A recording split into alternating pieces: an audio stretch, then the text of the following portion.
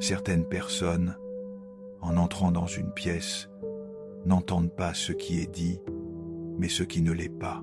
Elles perçoivent l'intonation plus que les mots, les silences entre les phrases plus que les mots eux-mêmes. Elles remarquent le moindre changement dans les expressions du visage, le tremblement de la voix, l'incertitude dans le regard. Mais cette conscience n'est pas un compliment. Souvent, elle commence par un fardeau, car tout le monde parle, mais tout le monde ne ressent pas. Tout le monde explique, mais tout le monde ne perçoit pas. Selon Carl Jung, il existe un seuil précisément à ce niveau. À mesure que la perception augmente, la liberté n'augmente pas. Au contraire, sans intégration consciente, la perception commence lentement à consumer l'individu de l'intérieur. C'est pourquoi certaines personnes tentent de comprendre tout le monde toute leur vie, sans jamais pouvoir vivre pleinement leur propre vie. Car chercher à comprendre n'est pas un acte aussi innocent qu'on le croit. La compréhension, lorsque des limites ne sont pas fixées, se transforme en intrusion. Les peurs, la colère refoulée, les traumatismes non résolus d'autrui s'infiltrent dans votre esprit sans que vous vous en aperceviez. Et après un certain temps, vous vous retrouvez face à cette question. Ces sentiments m'appartiennent-ils vraiment ou ne fais-je que les porter? Jung décrit cela comme la pression silencieuse de l'inconscient collectif. Lorsque le désir de se conformer à la société, la peur de l'exclusion et l'effort pour être une bonne personne se conjuguent, une personne peut transformer son monde intérieur en un véritable dépotoir émotionnel pour autrui. De l'extérieur, vous paraissez compréhensif, calme et mature. Mais intérieurement règne une lassitude constante, un poids inexplicable, un épuisement inexplicable. C'est comme si chacun avait laissé quelque chose derrière soi. C'est précisément ce que Jung appelle le danger. Car une perception exacerbée, mal maîtrisée, ne vous fait pas grandir. Elle vous ronge. À mesure que les autres se confient à vous, vous perdez une part de vous-même. À force de vouloir comprendre tout le monde, vous devenez incapable d'entendre vos propres besoins. Et le plus insidieux, c'est que cette situation passe longtemps inaperçue, car la société encense la personne compréhensive. Elle encense celui qui sait écouter. Elle encense celui qui garde le silence. Mais personne ne se demande ce qu'ils portent en eux. L'une des observations les plus dures, mais aussi les plus justes, de Jung se dégage ici. Certaines personnes sont malheureuses, non pas par manque de liberté, mais parce qu'elles comprennent trop.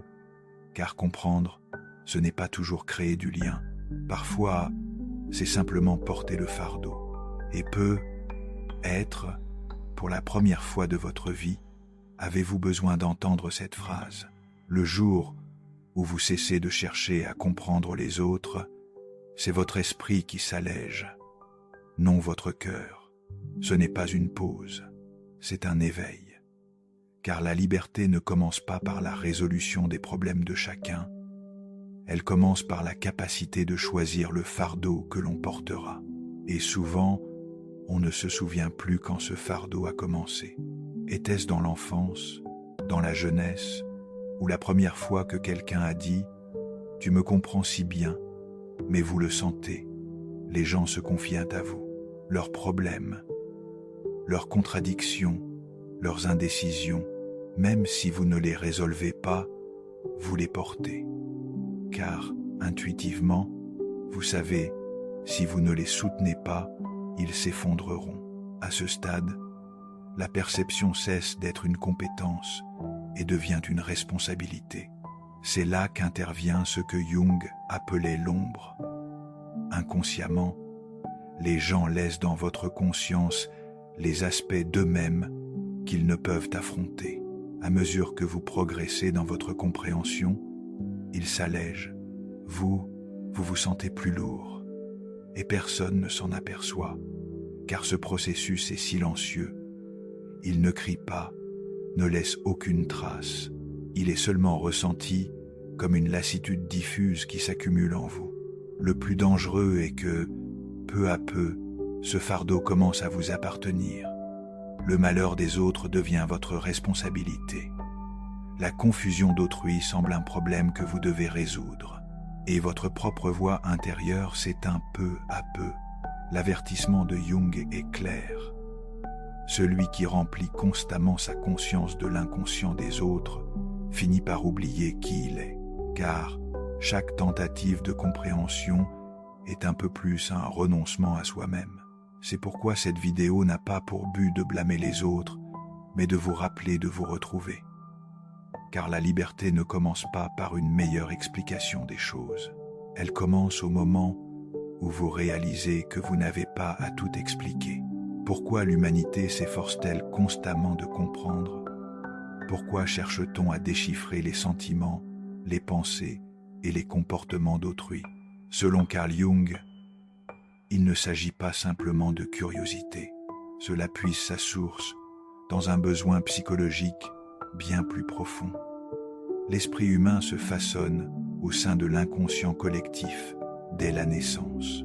Autrement dit, nous n'existons pas seulement en tant que nous-mêmes. Nous portons aussi en nous les attentes invisibles du groupe, de la famille, de la société et de la culture auxquelles nous souhaitons appartenir. Dans ce contexte, la compréhension est présentée comme une vertu.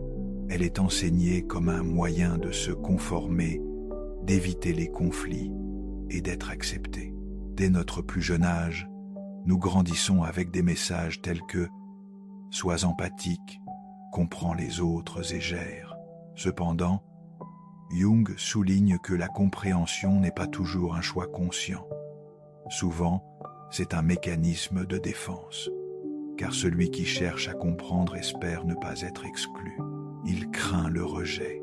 Pour ne pas se sentir seul, il fait de la place aux sentiments des autres, et cet espace ouvert, sans limite, finit par restreindre son propre espace intérieur. Jung observe ce phénomène particulièrement chez les individus intuitifs et très perspicaces. Ces personnes perçoivent rapidement l'atmosphère émotionnelle qui les entoure. Elles remarquent qui est tendu, qui refoule ses émotions, qui fait semblant. Elles perçoivent tout, et cette conscience s'accompagne d'un sens des responsabilités. Si je l'ai vu, je dois le comprendre. Cette pensée est le premier maillon de la chaîne, car ici, la compréhension n'est plus un acte libre. Elle devient une nécessité. En déchiffrant le monde intérieur des autres, une personne se sent en sécurité, un sentiment de contrôle se développe, une illusion s'installe. Si je comprends tout le monde, personne ne pourra me blesser.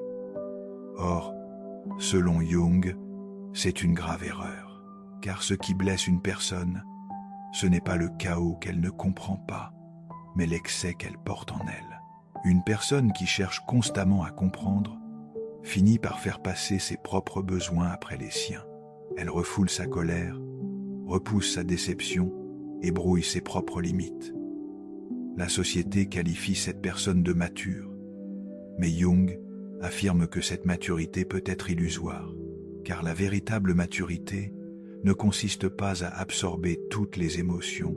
Il s'agit de savoir distinguer ce qui nous appartient. La culpabilité est une autre source du désir de comprendre. La conviction que « je serai égoïste si je ne comprends pas » est profondément ancrée chez beaucoup.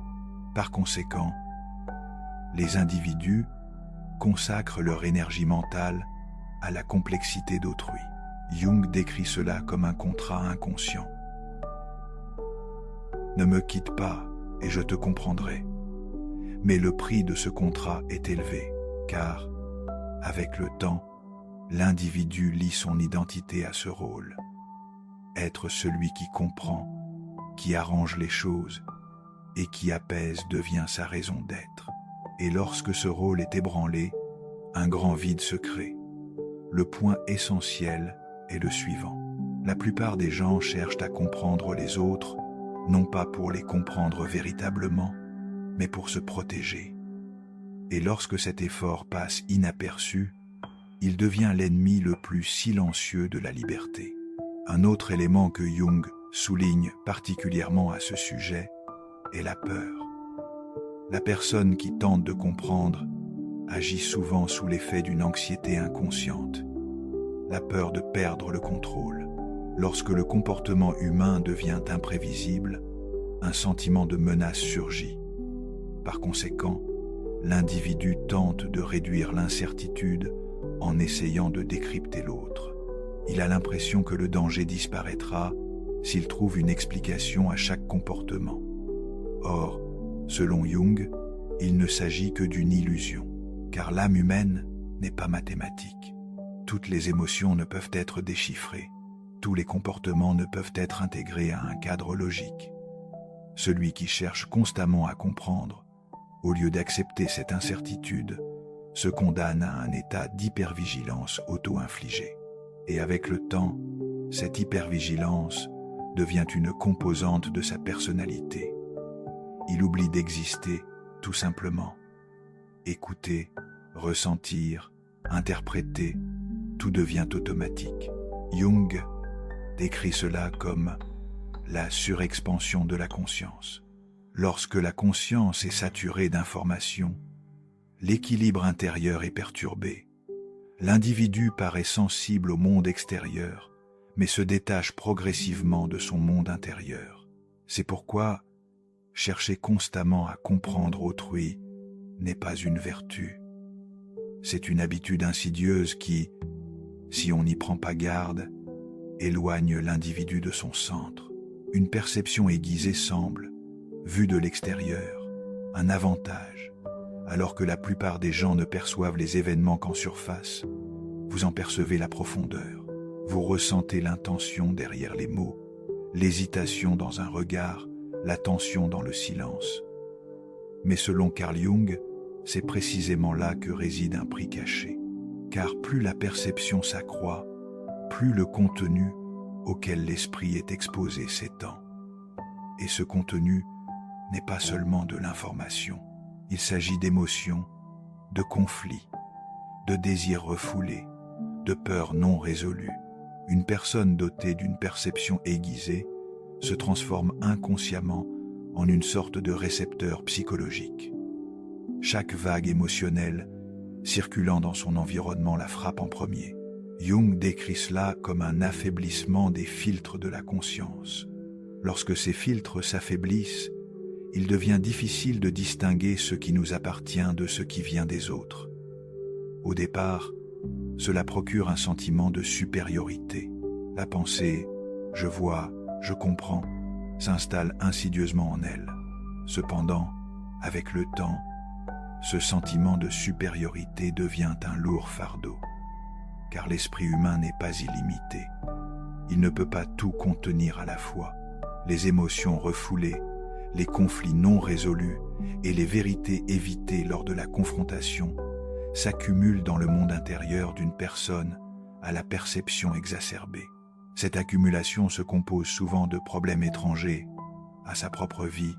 Les observations cliniques de Jung révèlent fréquemment que les personnes à la perception exacerbée peinent à identifier leurs propres émotions, car leur monde intérieur est imprégné des résidus émotionnels d'autrui. Avec le temps, cela conduit à un épuisement psychologique, une agitation inexplicable et un sentiment de vide inexpliqué. La personne ignore pourquoi elle se sent ainsi, car une grande partie de ce qu'elle ressent ne lui appartient pas. Le prix caché de la perception exacerbée se révèle alors. La personne commence à perdre sa voix intérieure. Ses besoins, ses limites et ses désirs sont relégués au second plan. Jung décrit ce processus comme une invasion de l'inconscient. Lorsque la conscience ne peut se protéger, elle déborde du poids du monde extérieur. Dès lors, la personne vit dans un état d'alerte constant. Son esprit est en alerte permanente, dans chaque environnement, chaque relation, chaque conversation. Elle ne trouve pas le repos, car sa perception ne s'éteint jamais. Cet état d'ouverture constant consomme l'individu de l'intérieur. La société ne s'en aperçoit souvent pas, car une personne à la perception exacerbée paraît généralement harmonieuse, compréhensive et calme. Mais selon Jung, ce calme n'est pas un véritable équilibre. Il résulte d'une surcharge émotionnelle refoulée. À mesure qu'une personne porte le poids émotionnel des autres, elle s'éloigne de son propre centre. Au bout d'un certain temps, les questions commencent à surgir. Qui suis-je? Que ressens-je? Que désire-je? Lorsque les réponses à ces questions deviennent floues, la perception cesse d'être une compétence, mais un prix à payer. Et si ce prix passe inaperçu, il érode progressivement l'intégrité psychologique de la personne. À ce stade, un autre danger, que Jung souligne particulièrement, se profile l'isolement. Avec le temps, l'individu à la perception exacerbée commence à se sentir différent de son entourage. Les conversations semblent superficielles, les relations s'enlisent et les expériences partagées sont insatisfaisantes. Ce détachement n'est pas un choix conscient, c'est une conséquence naturelle de la profondeur de la perception. Cependant, si cette conséquence n'est pas correctement comprise, elle plonge la personne dans la solitude.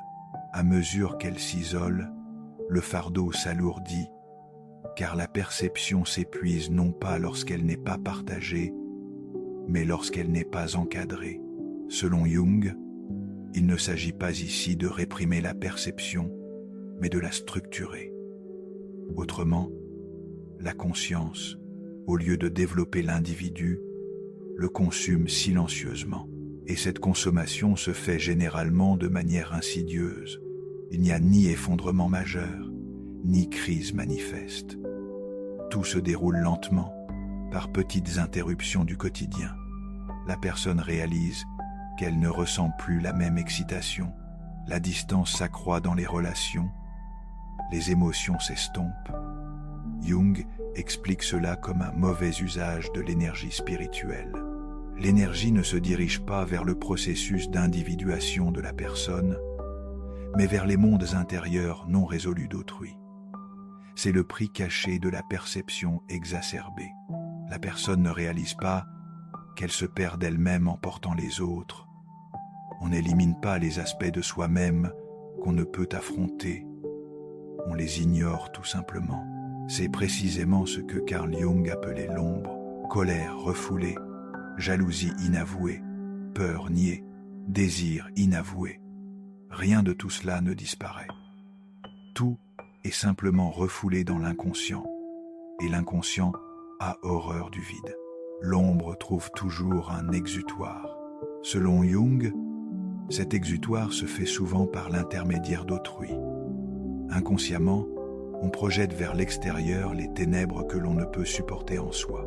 Tout ce dont on accuse, critique et dont on accable les autres est en réalité la trace des parts de soi que l'on dissimule.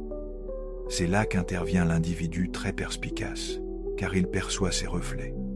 Il les reçoit en silence, il leur donne un sens, et souvent, il les porte en lui. Porter son ombre n'est pas un choix conscient, c'est un effet secondaire de la perception. On laisse tout ce que l'on ne veut pas voir en soi à ceux qui écoutent, comprennent et gardent le silence sans jugement. Et lorsque ce processus passe inaperçu, un équilibre dangereux se crée.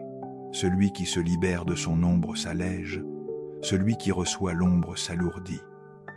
Jung perçoit cela comme une injustice psychologique, car lorsque l'obscurité à laquelle une personne doit faire face devient un fardeau pour une autre, aucune des deux ne peut évoluer. L'une continue de fuir, l'autre de la porter. Avec le temps, ce fardeau érode l'identité de la personne, car une ombre n'est pas qu'une émotion, c'est une énergie, et cette énergie ne peut demeurer là où elle n'a pas sa place. Elle se manifeste dans le monde intérieur de la personne par de l'agitation, une colère inexplicable et une culpabilité sans raison. Jung a souvent observé un schéma dans sa pratique clinique. Le patient ignore la cause de sa fatigue. Il n'y a pas de problème majeur dans sa vie. Mais il ressent une lourdeur intérieure. Cette lourdeur est souvent la somme des ombres portées. En portant l'obscurité d'autrui, une personne s'éloigne de sa propre lumière, car la lumière a besoin de limites. Une ombre, en revanche, est sans limite. Si aucune limite n'est fixée, l'ombre se répand partout. L'un des avertissements les plus sévères de Jung se manifeste ici. Celui qui refuse d'affronter sa propre ombre est condamné à subir celle d'autrui. Et ce sont les individus dotés d'une grande perception qui ressentent cette condamnation le plus intensément, car ils voient et intériorisent ce qu'ils voient.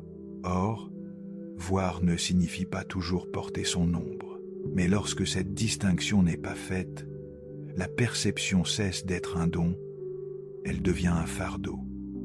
Et la personne, sans le savoir, devient le théâtre des luttes intérieures des autres. À ce stade, la plupart des gens se demandent « Et si je ne porte pas cette ombre ?» La réponse de Jung est claire. Lorsque vous ne la portez pas, l'autre personne est confrontée à sa propre ombre pour la première fois. Et cette rencontre est déstabilisante. C'est pourquoi certains vous qualifient d'insensible, de froid ou de distant. Pourtant, il ne s'agit pas d'une rupture, mais d'un équilibre. Renvoyer l'ombre n'est pas une attaque.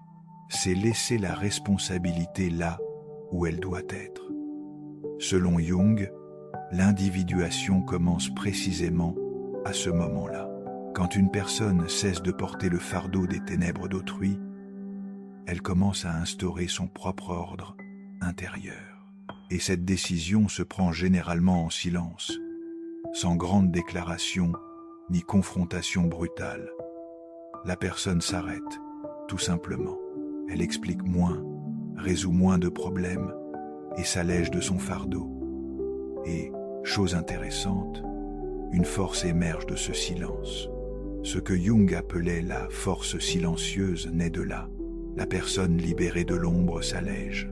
À mesure qu'elle s'allège, sa perception s'éclaircit. Elle peut désormais distinguer ce qui lui appartient de ce qui vient des autres. Cette conscience lui permet de maintenir une distance consciente avec son ombre, au lieu de la laisser la dominer. La dissolution de l'identité ne survient pas brutalement. Il n'y a pas de rupture spectaculaire, pas d'effondrement visible de tous. Au contraire, ce processus progresse très insidieusement. La personne continue à travailler, à parler, à rire, à écouter, mais une incertitude grandit en elle. Selon Carl Jung, cette incertitude est le signe d'un éloignement progressif de son centre. Ce danger est plus fréquent chez les personnes qui passent leur temps à comprendre, à rassembler et à servir de médiatrices. Car, avec le temps, ces personnes construisent leur identité, non pas à partir de leur propre voix intérieure, mais à partir des besoins d'autrui. Elles ne pensent pas à ce qu'elles ressentent, mais à ce dont les autres ont besoin. Et lorsque cette façon de penser s'installe durablement, la dissolution de l'identité commence. Jung la définit comme l'érosion des frontières du soi. À mesure que ces frontières s'érodent, la distinction entre soi et l'autre s'estompe.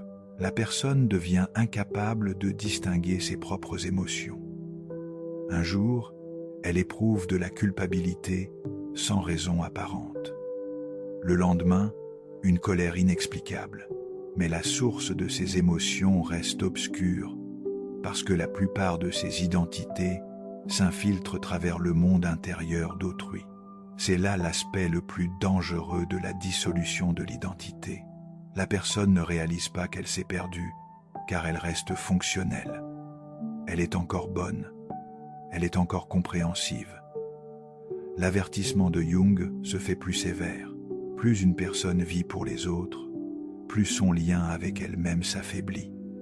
Et lorsque ce lien s'affaiblit, le moi commence à se remplir de vide. Ces vides sont généralement comblés par les attentes d'autrui. Avec le temps, la personne cesse de se demander « Qui suis-je » Elle se demande plutôt « Qu'attendons-nous de moi ?» Cette question est au cœur de la dissolution de l'identité, car l'individu a perdu son repère intérieur. Jung a rencontré de nombreux patients confrontés à cette situation dans sa pratique clinique. Leur point commun: aucune crise majeure ne bouleverse leur vie, mais ils éprouvent un profond sentiment d'absurdité. La personne pense se connaître, mais en réalité, elle ne connaît que son rôle, le rôle de la compréhension, le rôle de l'apaisement, le rôle du soutien. Lorsque ces rôles sont maintenus trop longtemps, le véritable moi se retire. Selon Jung, lorsque le moi se retire, l'inconscient prend le dessus, ce qui accroît les conflits internes. La personne ne comprend plus sa fatigue, ni pourquoi elle ne se sent plus comme avant, car cette fatigue n'est pas physique, mais liée à l'identité. La dissolution de l'identité correspond à la rupture du lien d'une personne avec elle-même. Si cette rupture passe inaperçue, elle perturbe son processus d'intégration, le chemin que Jung nommait individuation, et le mouvement de la personne vers son propre centre. Mais une conscience alourdie par le poids des autres ne peut poursuivre ce chemin. La dissolution de l'identité n'est donc pas qu'un simple état psychologique, c'est un danger existentiel. Lorsqu'une personne reporte la connaissance de soi pour tenter de comprendre les autres, elle empêche silencieusement le prix fort. L'élément le plus trompeur dans ce processus est le retour d'informations de l'entourage. On vous fait confiance, on vous croit fort, on vous dit « tu gères tout ». Ces phrases semblent être des marques d'appréciation extérieure, mais selon Jung, il s'agit d'un renforcement caché qui accélère la dissolution de l'identité, car la personne a le sentiment de n'exister que tant qu'elle maintient ce rôle. Une peur se développe, celle de voir sa valeur diminuer si l'on ne comprend pas, n'écoute pas ou n'assume pas de responsabilité. Cette peur lie le « moi » à l'approbation d'autrui. La personne n'existe plus pour ce qu'elle est, mais pour sa fonction. Dès lors, l'identité cesse d'être une structure vivante. Elle se transforme en un masque figé. Jung appelle ce masque la persona. La persona est le visage que nous développons pour survivre en société. Mais si la persona vit seule, elle étouffe le moi. C'est là que commence la dernière étape de la dissolution de l'identité. L'individu hésite à se connecter à son monde intérieur, car il devrait se souvenir de qui il est en silence. Par conséquent, il est constamment occupé, constamment préoccupé par les autres, constamment tourné vers le monde extérieur. Pourtant, l'avertissement de Jung est clair. Plus la persona se renforce, plus le moi s'affaiblit. Et lorsque le moi s'affaiblit, l'individu cesse d'être maître de sa propre vie. Il devient le régulateur émotionnel des autres. C'est précisément là le danger silencieux. Dans sa pratique clinique, Carl Jung rencontrait régulièrement un type de personnes, des individus qui, de l'extérieur, paraissaient parfaitement équilibrés, harmonieux et fonctionnels. Pourtant, au fond d'eux-mêmes, ils portaient une lassitude inexplicable. Ces personnes étaient souvent incapables de répondre clairement à la question « Pourquoi est-ce que je me sens ainsi ?»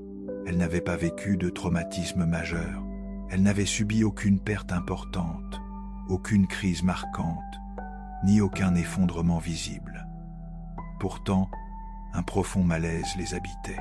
C'est précisément ce qui attira l'attention de Jung. Le problème n'était pas apparent, mais caché. Au fil des séances, un schéma commun se dessinait. Tous ces patients étaient excessivement accablés par les émotions des autres. Ils étaient les médiateurs de la famille, les piliers des relations, ceux qui portaient le fardeau de tous au travail. Jung n'y voyait pas une coïncidence. Selon lui, c'était le résultat d'une négligence prolongée de l'inconscient. Les patients s'étaient tellement habitués à comprendre les autres qu'ils s'étaient coupés de leur propre monde intérieur. Une phrase revient fréquemment dans les notes cliniques de Jung. Ils ne parviennent pas à se connecter à leurs propres émotions. Il ne s'agit pas d'une absence d'émotion, mais plutôt d'une inversion d'une émotivité excessive. La personne ressent tant de choses qu'elle ne parvient plus à distinguer celles qui lui appartiennent. À ce stade, Jung interroge la direction de la perception. La perception est-elle tournée vers l'extérieur ou vers l'intérieur? Si elle est constamment dirigée vers le monde extérieur, la conscience néglige sa fonction de régulation interne. Selon Jung, cette négligence engendre des conséquences psychologiques à long terme. Dans ses observations cliniques, ces conséquences se manifestent de différentes manières. Certains patients se plaignent de fatigue chronique. D'autres éprouvent un sentiment de culpabilité irrationnelle. D'autres encore vivent dans un état d'agitation constant sans pouvoir en expliquer la raison. Lorsque Jung examine ces symptômes individuellement, il en perçoit une cause commune. La personne a suspendu son processus d'individuation, car l'individuation exige un courage intérieur. Or, ces personnes vivent sous le poids d'une responsabilité envers autrui. Réguler, interpréter et porter les autres est devenu leur mode de vie. Le point que Jung souligne le plus en clinique est le suivant. Il ne faut pas confondre le maintien de l'équilibre émotionnel d'autrui avec le maintien de son propre équilibre mental. Bien que ces deux processus soient similaires, ils ne sont pas identiques. En clinique, Jung n'offre généralement pas de solution directe à ses patients. Il les aide plutôt à prendre conscience de leurs émotions. Il leur pose régulièrement la question « Ce sentiment vous appartient-il » Car, selon Jung, la guérison ne commence pas par la suppression des émotions, mais par leur remise à leur juste place. Les observations cliniques montrent que le besoin le plus important des personnes dotées d'une grande perception n'est pas la limitation, mais la capacité de discernement. Une conscience incapable de discernement s'encombre. Une conscience encombrée, avec le temps, perd son centre. Le travail clinique de Jung révèle clairement que tenter de comprendre autrui n'est pas une démarche anodine. La compréhension, lorsqu'elle n'est pas consciente, est un processus silencieux qui éloigne la personne d'elle-même. Et ce processus, s'il passe inaperçu, peut se prolonger pendant des années. L'observation clinique de Jung est sans équivoque. Parfois, une personne est épuisée non pas parce qu'elle est malade, mais parce qu'elle porte un fardeau trop lourd. Un autre détail auquel Jung prêtait une attention particulière à la clinique était la façon dont les patients parlaient. Lorsqu'ils parlaient d'eux-mêmes, leurs phrases étaient courtes et vagues, mais lorsqu'ils décrivaient les autres, ils étaient extrêmement précis. Ils pouvaient expliquer longuement qui ressentaient quoi, pourquoi ils agissaient ainsi et dans quelles circonstances ils avaient été blessés. Jung associait cette situation à l'orientation de l'inconscient. Lorsque l'esprit conscient scrute constamment le monde extérieur, le monde intérieur se tait. Et ce silence n'est pas la paix, c'est le détachement. Lorsqu'une personne devient incapable de raconter sa propre histoire, elle se perd dans celle des autres. Cliniquement, c'est l'un des indicateurs les plus clairs d'un retrait de soi. À ce stade, Jung suggérait à ses patients un exercice simple mais puissant. Pendant une semaine, écoutez sans chercher à déchiffrer l'autre, sans commenter, sans chercher de raison, sans donner d'explication, simplement être immobile. Pour beaucoup de patients, cet exercice était étonnamment difficile, car tenter de comprendre était devenu leur mécanisme de défense automatique. L'objectif de Jung était de briser cet automatisme, car ce n'est que lorsque les réactions automatiques cessent que la conscience peut retrouver son centre. Les observations cliniques montrent que cette posture favorise la clarté intérieure au fil du temps. Lorsqu'une personne cesse de porter les émotions des autres, elle recommence à entendre la voix de ses propres émotions. Selon Carl Jung, l'individuation ne consiste pas à s'améliorer, mais à se retrouver soi-même. Et ce cheminement ne commence pas par l'acquisition de connaissances, comme beaucoup le pensent, mais par le lâcher, prise consciente de certaines choses.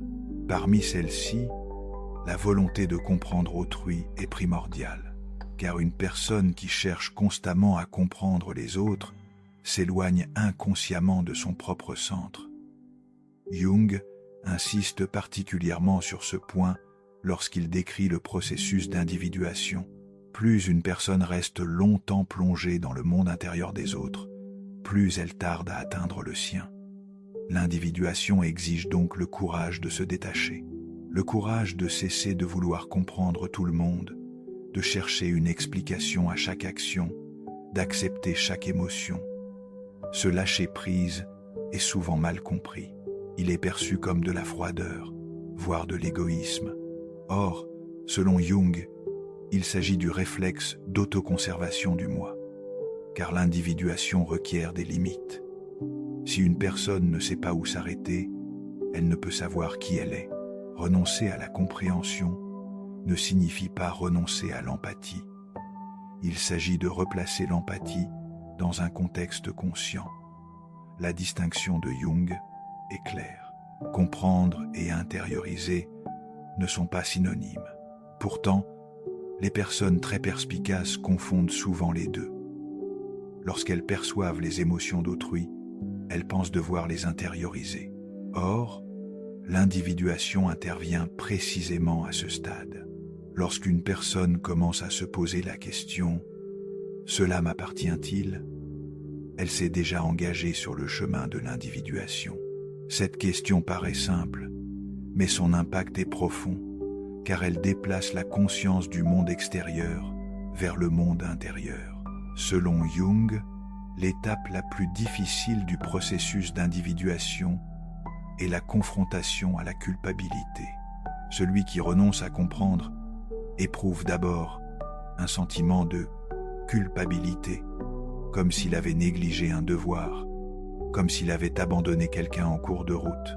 Mais cette culpabilité n'est pas un véritable problème moral, c'est la dissolution de l'ancienne identité, car la personne a existé pendant des années dans le rôle de la personne compréhensive. Lorsque ce rôle disparaît, le moi se retrouve temporairement dans un vide. Jung perçoit ce vide non comme un danger, mais comme une nécessité, car le vide est l'espace où un nouvel ordre intérieur s'établira. L'individuation s'approfondit ici. La personne commence à se connecter non plus aux attentes des autres, mais à sa propre voix intérieure. Elle prend conscience de ce qu'elle ressent, de ce qu'elle ne veut pas et de ce qu'elle ne peut tolérer. Cette prise de conscience est parfois déstabilisante, car l'individu se confronte à des limites qu'il a refoulées pendant des années. Mais selon Jung, c'est précisément de là que naît le véritable pouvoir. La personne individualisée sait qu'elle n'a pas à s'ouvrir à tous. Elle sait qu'elle n'a pas à décrypter chaque émotion. Elle sait qu'elle n'a pas à endurer chaque relation. Et cette conscience crée une liberté silencieuse. Renoncer à comprendre, ce n'est pas tourner le dos au monde, c'est créer consciemment une distance entre soi et le monde. L'enseignement de Jung sur l'individuation ne conduit pas à la solitude, mais à la plénitude intérieure. Car seule une personne capable de retrouver son centre peut établir une relation saine avec autrui. Et ce centre commence à se révéler dès l'instant où l'on cesse de chercher à comprendre les autres. Ce courage est souvent silencieux. Cela ne se produit pas par de grandes décisions, des ruptures brutales ou des confrontations dramatiques. La personne s'arrête simplement. Elle explique moins qu'avant. Elle pose moins de questions. Elle ne cherche plus autant à comprendre. Et c'est précisément dans cette attitude qu'elle prend conscience d'une pression subtile émanant de son environnement. Selon Jung, Cette pression est la résistance de l'inconscient collectif, car la personne individualisée transgresse les règles invisibles du groupe. Lorsqu'une personne se retire de son rôle de gestionnaire et de compréhensif envers tous, le système s'effondre. C'est pourquoi une personne qui s'engage sur la voie de l'individuation est souvent accusée d'avoir changé temporairement. Pourtant, ce n'est pas la personne qui change, mais la conscience qui ne réagit plus automatiquement. Jung établit une distinction importante à ce stade: solitude et isolement. Une personne qui renonce à la compréhension se croit d'abord seule, car les espaces qu'elle occupait sont désormais vides. Mais ce vide n'est pas un manque, c'est une purification. Avec le temps, cet isolement se transforme en résilience intérieure. La personne prend conscience de sa capacité à exister par elle-même, sans se laisser emporter par le flot émotionnel des autres. C'est là que l'individuation s'approfondit. Elle ne se définit plus par les rôles que les autres lui imposent, mais par la clarté qui émane de son fort intérieur. Et cette clarté n'est pas le prix à payer pour renoncer à la compréhension, elle en est la récompense. Lorsque le processus d'individuation débute dans le monde intérieur, ses effets se répercutent inévitablement sur l'environnement social. La personne semble identique, mais son comportement a changé. Elle donne moins d'explications, se défend moins et éprouve moins le besoin de faire ses preuves. Selon Carl Jung, ce changement est la conséquence naturelle de la prise de distance consciente, car la personne ne perçoit plus chaque interaction comme un problème à résoudre. C'est précisément à ce moment que s'établit le nouvel équilibre social. Les conversations qui vous lassaient auparavant sont désormais plus courtes. Les tensions qui vous pesaient s'estompent. Il ne s'agit pas d'éviter les autres, mais d'ajuster l'intensité des contacts. Jung définit cet équilibre comme une participation consciente. Autrement dit, la personne ne se retire ni ne s'ouvre complètement. Elle sait où fixer les limites. Cette conscience conduit à des résultats surprenants dans les relations sociales. Certains diront que vous avez changé. Ils vous trouveront plus distant, plus froid ou plus indifférent. Pourtant, selon Jung, cette perception découle de la rupture avec leurs habitudes et le nouvel ordre social, parce que vous n'êtes plus le régulateur émotionnel de tous. L'environnement social vous a inconsciemment légué des fardeaux que vous portez depuis des années. Lorsque ces fardeaux disparaissent, un vide se crée. Et ce vide est inconfortable pour la plupart des gens. Le propos de Jung est le suivant: un équilibre sain n'est pas toujours bien vu, car il peut perturber la zone de confort d'autrui. Une personne qui instaure un nouvel équilibre dans ses relations sociales devient plus sélective. Elle n'accepte pas toutes les invitations, ne participe pas à toutes les conversations, ni ne répond à toutes les questions. Cette sélectivité n'est pas de l'arrogance, mais une gestion consciente de son énergie. Selon Jung, l'énergie psychique est limitée, et lorsqu'elle est dépensée au hasard, le processus d'individuation s'affaiblit. Instaurer un équilibre dans l'environnement social signifie préserver cette énergie. On commence à discerner la profondeur des liens avec lesquels on peut se connecter. Les relations superficielles diminuent, tandis que les contacts significatifs prennent de l'importance. Dans ce processus, certaines relations se dissolvent naturellement. Jung perçoit cela non comme une perte, mais comme une élimination évolutive, car la conscience en cours d'individuation ne peut demeurer longtemps dans des relations incompatibles avec elle. Le nouvel équilibre social se manifeste aussi par le silence. Les vides autrefois comblés ne le sont plus. Le silence cesse d'être à éviter. Il devient une limite. Selon Jung, ce silence est le reflet d'un ordre intérieur. L'individu n'est plus constamment joignable. Cette inaccessibilité n'est pas une démonstration de pouvoir. Elle est le fruit d'une découverte de soi. L'environnement social s'adapte à ce nouvel équilibre ou prend ses distances. Dans les deux cas, l'individu apprend à rester centré. C'est là le véritable équilibre, selon Jung. Ne pas se détacher de soi-même tout en se connectant aux autres. Dans le contexte social, ce nouvel équilibre ne signifie pas s'isoler, mais renoncer à la désintégration. Et ce renoncement est l'une des étapes les plus visibles, mais aussi les plus mal comprises, du chemin vers l'individuation. La différence la plus frappante de ce nouvel équilibre se révèle dans les réactions de la personne. Auparavant, un seul mot pouvait vous faire réfléchir pendant des jours. Mais maintenant, ce même mot ne vous obsède plus. Selon Jung, cela n'est pas dû à une désensibilisation, mais à une perception différenciée. Autrement dit, la conscience n'a plus besoin d'absorber chaque stimulus. Ce qui est important, ce qui est temporaire, ce qui vous appartient, ce qui appartient à autrui. Une personne capable de faire cette distinction paraît plus calme en société, car elle est moins désorganisée intérieurement. Ce calme est parfois mal interprété. On pourrait vous croire indifférent. Or, vous avez simplement réalisé que vous n'avez plus à tout prendre au sérieux. Cette prise de conscience réduit la réactivité émotionnelle dans les relations sociales et la remplace par la clarté. Jung lance un autre avertissement à ce stade. Une fois le nouvel équilibre établi, les vieilles habitudes peuvent refaire surface. Certaines personnes tenteront de vous ramener à votre ancien rôle. On entend souvent « tu n'étais pas comme ça avant ». Ce n'est pas une critique, mais une épreuve d'équilibre.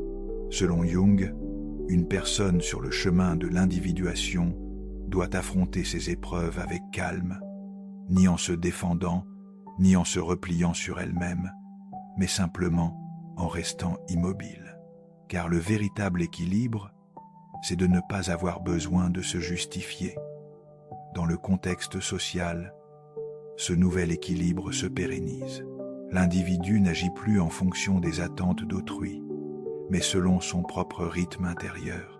Une fois ce rythme établi, le monde social cesse d'être chaotique et se transforme en un espace gérable. Selon Carl Jung, ce qu'il y a de plus épuisant pour une personne, ce n'est pas de nouer des relations, mais de rester dans une relation insécure. Car une relation insécure engendre un état d'alerte mentale constant. On est forcé de réfléchir à ce qu'il faut dire, à la façon dont on sera perçu et aux sentiments de l'autre.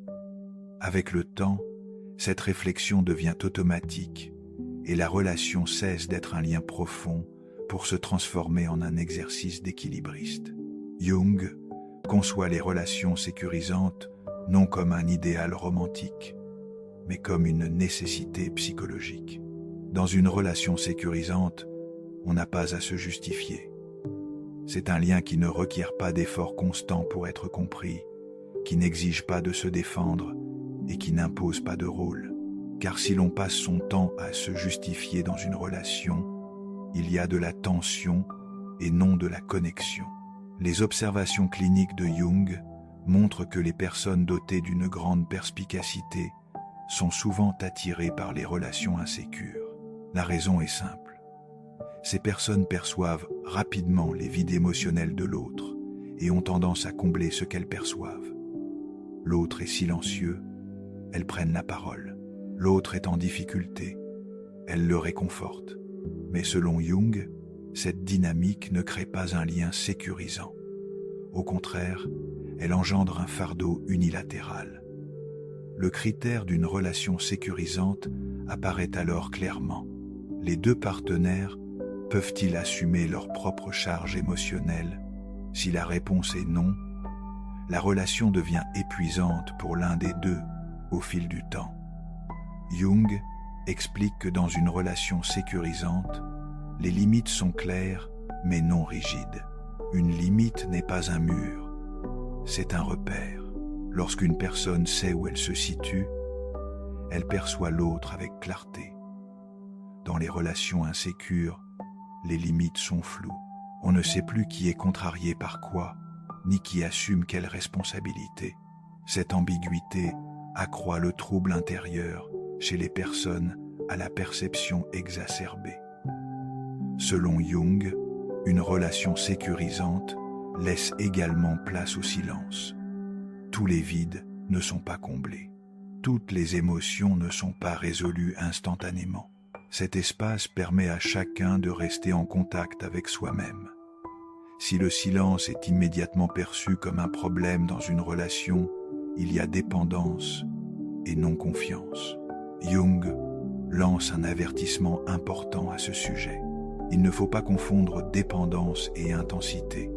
L'intensité est temporaire, la confiance est permanente. Dans une relation sécurisante, on peut se permettre d'être soi-même sans avoir à filtrer ses émotions.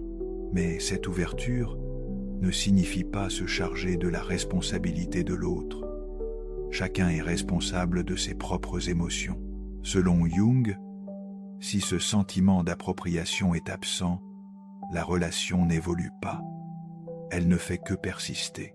L'absence de culpabilité est un autre indicateur d'une relation sécurisante. Si l'on ne se sent ni incomplet, ni égoïste, ni inadéquat en quittant une relation, alors l'équilibre est sain. Autrement, la relation érode notre identité sans même que l'on s'en rende compte. La théorie de l'individuation de Jung associe les relations sécurisantes à la fidélité à soi-même.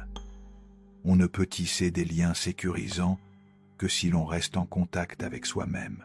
Mais lorsqu'on s'éloigne de soi-même, même les relations les plus intimes deviennent dangereuses. Ainsi, une relation sécurisante consiste moins à trouver la bonne personne qu'à respecter ses propres limites. Et ces limites apparaissent clairement lorsqu'on cesse de chercher à comprendre l'autre. Selon Jung, le signe le plus discret mais aussi le plus puissant d'une relation sécurisante est le suivant. Vous n'avez pas besoin de vous effacer au sein de la relation. Vous ne cherchez pas à atténuer vos sentiments, vos pensées ou votre perception.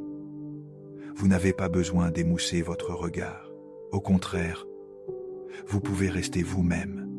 Si, dans une relation, vous vous adaptez constamment, si vous baissez le ton, si vous modérez vos pensées ou si vous devez refouler vos sentiments, alors la pression est à la conformité et non à la confiance. Jung affirme que cette pression, à long terme, divise l'individu de l'intérieur. Car lorsqu'une personne n'est pas acceptée telle qu'elle est, elle finit par faire semblant ou par s'effacer peu à peu. Une relation sécurisante est une relation où vous pouvez exister sans être effacé. La liberté est souvent mal comprise. Plus de choix, moins de responsabilités, aucune obligation de rendre des comptes. Selon Carl Jung, rien de tout cela ne constitue la véritable liberté. Ce ne sont que des soulagements superficiels. Jung recherche la liberté non pas dans les conditions extérieures, mais dans l'état de conscience. Tant qu'une personne vit selon les attentes d'autrui, quels que soient ses choix, elle n'est pas libre, car son orientation est tournée vers l'extérieur. C'est pourquoi beaucoup semblent vivre une vie libre, alors qu'intérieurement, ils sont constamment sur le qui-vive. Leurs pensées seront-elles mal comprises? Leurs sentiments causeront-ils des problèmes? Quelqu'un sera-t-il déçu? Ces questions ne sont pas des signes de liberté, mais d'une servitude invisible. Selon Jung, la liberté commence par le lâcher-prise de la responsabilité de gérer les réactions émotionnelles d'autrui. Car dès qu'une personne tente de contrôler les sentiments des autres, elle perd la maîtrise de son propre monde intérieur. C'est la raison fondamentale de la méprise sur la liberté. On croit souvent que la liberté signifie rompre les liens. Cependant, selon Jung, la liberté consiste à transformer la nature de ces liens. Cesser de chercher à comprendre tout le monde ne signifie pas fuir les autres. Il s'agit simplement de se libérer des fardeaux qui ne nous appartiennent pas. Ce lâcher-prise est d'abord déstabilisant car il engendre un sentiment de culpabilité. Des pensées telles que « je ne suis plus aussi impliqué qu'avant » et je déçois les autres nous assaille. Jung soutient que cette culpabilité est la dernière résistance de l'ancienne identité. Cette identité, fondée sur la compréhension, la bienveillance et le soutien, perçoit la liberté comme une menace car elle s'est construite sur les besoins d'autrui. La liberté étant souvent mal comprise, cette période de transition est fréquemment confondue avec la solitude. Lorsqu'une personne explique moins, intervient moins et comprend moins, elle a l'impression de se retirer de son environnement. Or, d'après Jung, il ne s'agit pas d'un retrait, mais d'un retour au centre. La liberté ne consiste pas à maintenir la même distance émotionnelle avec chacun, être proche de certains, superficiel avec d'autres et distante avec d'autres encore. Cette sélectivité est la manifestation concrète de la liberté. Jung souligne également que la liberté ne consiste pas à partager toutes ses émotions. Le partage n'a de sens qu'à travers des limites. Sans limite, le partage devient désintégration. Lorsqu'une personne cesse de chercher à comprendre les autres, elle commence à reconnaître plus clairement ses propres émotions, ce qu'elle désire, ce qu'elle ne désire pas, ce qu'elle ne peut tolérer. Cette clarté est parfois brutale, car elle confronte les malaises refoulés pendant des années. Mais selon Jung, cette confrontation n'est pas le prix de la liberté, elle est la liberté elle-même. Lorsque la liberté est mal comprise, une personne devient soit excessivement détachée, soit incapable de se détacher. La voie que propose Jung est celle du juste milieu. Ni tout porter, ni tout rejeter, mais simplement discerner. Quelle émotion m'appartient, laquelle ne m'appartient pas. Quel fardeau m'incombe, lequel ne m'incombe pas. Lorsque cette capacité de discernement se développe, la liberté cesse d'être une idée. Elle devient une posture. Et cette posture, vue de l'extérieur, est silencieuse. Mais intérieurement, elle ouvre un vaste espace. Car la liberté ne s'acquiert pas en criant, mais en se libérant de ses fardeaux. Selon Jung, la plus grande méprise sur la liberté est de la confondre avec le confort. Or, la liberté n'apporte pas toujours le confort. Parfois, elle crée des tensions, car, pour la première fois, une personne doit assumer la responsabilité de ses propres limites. Elle ne peut plus se dérober en disant « ils ne m'ont pas compris », ni reporter son fardeau sur autrui en disant « c'était leur choix ». La liberté supprime aussi les excuses. C'est pourquoi beaucoup de gens, inconsciemment, fuient la liberté. Tenter de comprendre les autres est, en un sens, la forme la plus élégante de cette fuite.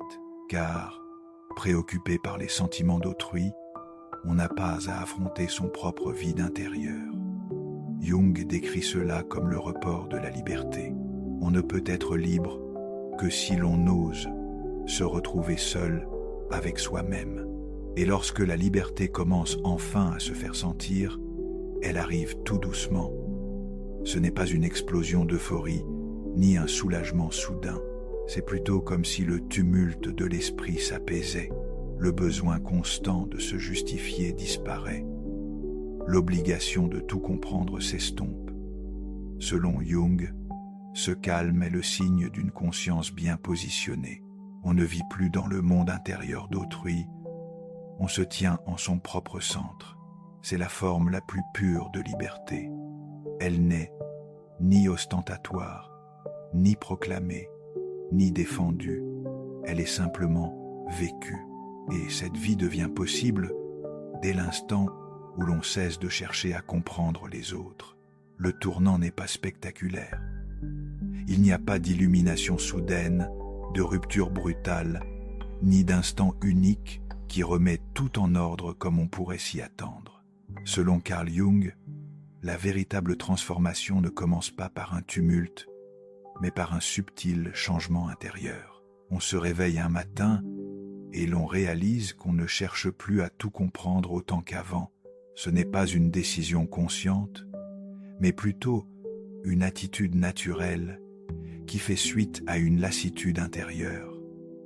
Jung décrit cette attitude comme le retrait de la conscience vers son propre centre, car, à un certain moment, on cesse de vivre dans le monde intérieur des autres. C'est précisément là que réside le tournant. La perception reste forte, l'intuition est toujours active, la conscience n'est pas perdue, mais on n'absorbe plus tout, on commence à discerner ce qu'il faut conserver et ce qu'il faut laisser aller.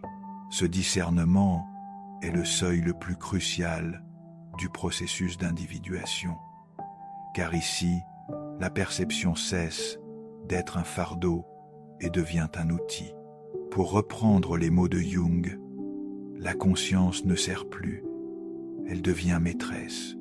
Au moment charnière, la personne prend conscience pour la première fois que les sentiments d'autrui ne sont pas de sa responsabilité.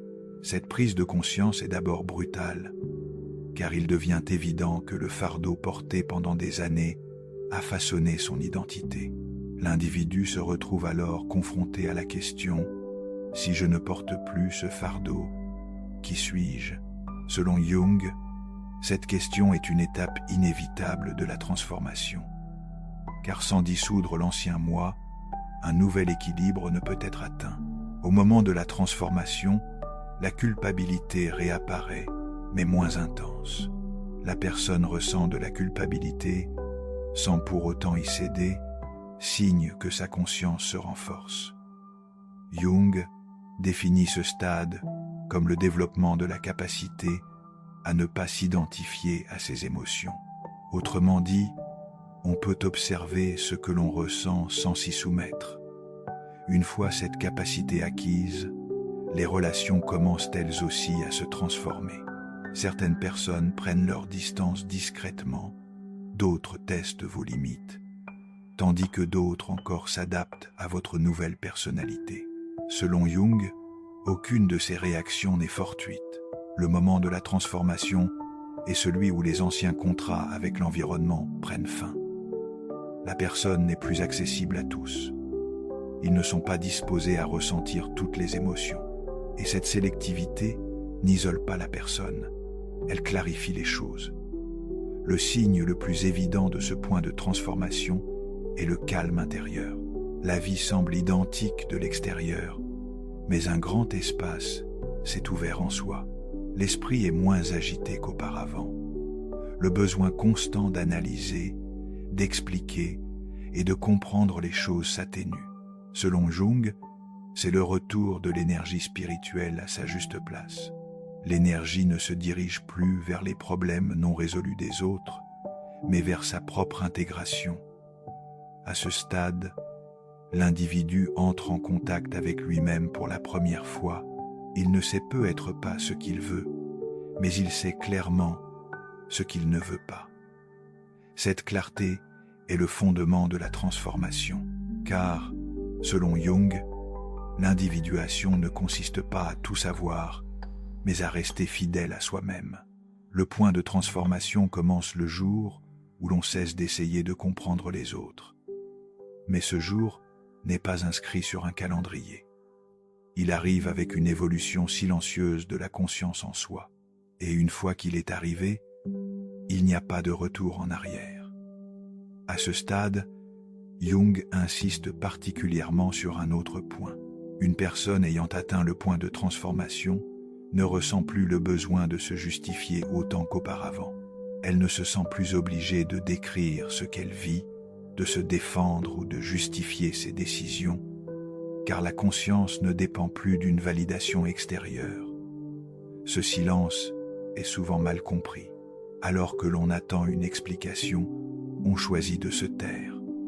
Selon Jung, cette attitude n'est pas de la passivité, c'est la naissance d'une autorité intérieure. L'individu prend désormais sa propre voix intérieure comme référence. Et lorsque ce point de référence devient plus fort que les attentes du monde extérieur, la transformation devient permanente. Et la chose la plus importante dont on prend conscience après avoir franchi ce point de transformation est la suivante. La vie ne devient pas plus difficile. Elle devient plus simple. Les problèmes ne disparaissent pas, mais le chaos diminue. Jung décrit cela comme la centralisation de l'énergie psychique. Lorsque l'énergie n'est pas dispersée, on ressent moins, mais plus clairement. Les conflits relationnels diminuent, les décisions sont prises plus rapidement, et les conflits intérieurs durent moins longtemps, car la personne ne cherche plus à tout résoudre. Ils n'assument la responsabilité que de ce qui leur appartient. Ce discernement est le véritable fruit de la transformation. Lorsqu'une personne cesse de chercher à comprendre autrui, elle ne se coupe pas du monde. Pour la première fois, elle participe pleinement à sa propre vie. La force tranquille est imperceptible de l'extérieur. Elle n'est pas ostentatoire, ne se vante pas et ne cherche pas à attirer l'attention. Selon Carl Jung, la véritable force naît d'une conscience qui n'a plus besoin de faire ses preuves. Lorsqu'une personne cesse de chercher à comprendre autrui, un grand vide se creuse en elle. Mais ce vide n'est pas une carence. C'est l'espace laissé vacant par des années de fardeau porté. C'est précisément là que la force tranquille émerge, car la personne n'est plus dispersée. Elle ne se précipite plus sur chaque émotion, ne tente plus de résoudre chaque tension, ni ne porte le chaos sur ses épaules. C'est là le point culminant de l'enseignement de l'individuation de Jung. La personne qui parvient à rester centrée est la plus forte. Cette force ne provient pas du contrôle d'autrui, mais de la capacité à se maîtriser soi-même. Une personne dotée d'une force tranquille sait qu'elle n'a plus besoin d'être comprise. La possibilité d'être incomprise ne la paralyse pas, car elle n'a pas abandonné son identité au regard des autres. Selon Jung, c'est l'indicateur le plus clair de la maturité spirituelle. Une personne mature ne se précipite pas pour se justifier, car elle est en paix avec elle-même. La force tranquille s'accompagne de limites, mais ces limites ne sont pas rigides. Elles sont naturelles.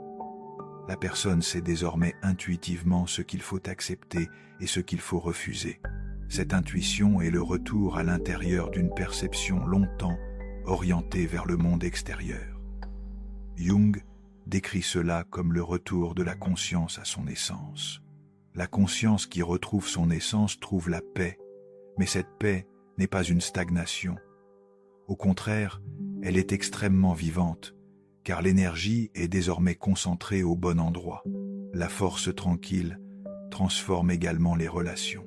On n'est plus aussi proche de tout le monde. La distance augmente avec certains, tandis que le lien s'approfondit avec d'autres. Cette distinction n'est pas douloureuse, mais explicative. Selon Jung, les relations deviennent claires à ce stade, qui établit un véritable contact et qui ne fait que laisser un fardeau. La force tranquille ne dramatise pas cette distinction.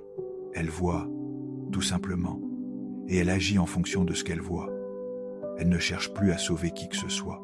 Elle ne porte l'ombre de personne, car elle a appris que protéger sa propre lumière est plus précieux que d'absorber les ténèbres d'autrui. C'est là l'aspect le plus frappant de la puissance silencieuse. L'individu ne se durcit pas face au monde. Il s'adoucit, mais devient plus fort. Selon Jung, cette force réside dans l'intégration du soi. Un soi non fragmenté, non dispersé, non divisé par les attentes d'autrui. Ce soi n'a pas besoin de se défendre, car il ne se sent pas menacé. La puissance silencieuse est la forme ultime de la liberté. Elle ne crie pas, ne proclame pas, ne s'exhibe pas, mais elle se ressent dans chaque action. Lorsqu'une personne cesse de chercher à comprendre autrui, elle ne perd pas son empathie. Elle la replace à sa juste place.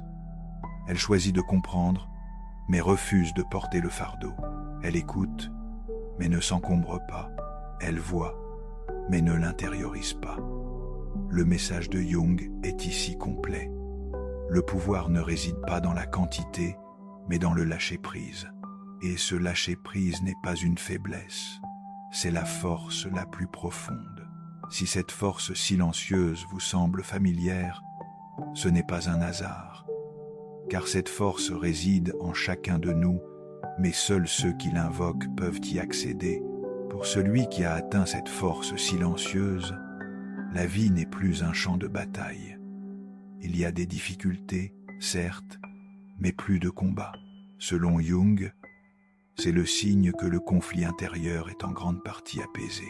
La personne ressent encore, est encore affectée, mais cette affectation cesse d'être une force qui la gouverne. Les émotions vont et viennent, les pensées fluctuent, mais le centre demeure immuable. Ce centre est le véritable aboutissement de l'individuation. La personne n'a plus besoin de se reconstruire constamment, car elle ne se désintègre pas. La force silencieuse se nourrit précisément de cet état de non-désintégration. Et la vérité la plus profonde atteinte à ce stade est la suivante. Lorsque vous cessez de chercher à comprendre les autres, vous ne vous éloignez pas d'eux, vous vous rapprochez de vous-même. Tout l'enseignement de Jung est résumé ici en une seule phrase.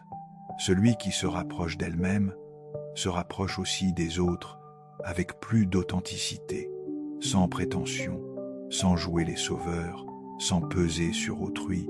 C'est ainsi que se réalise la force silencieuse.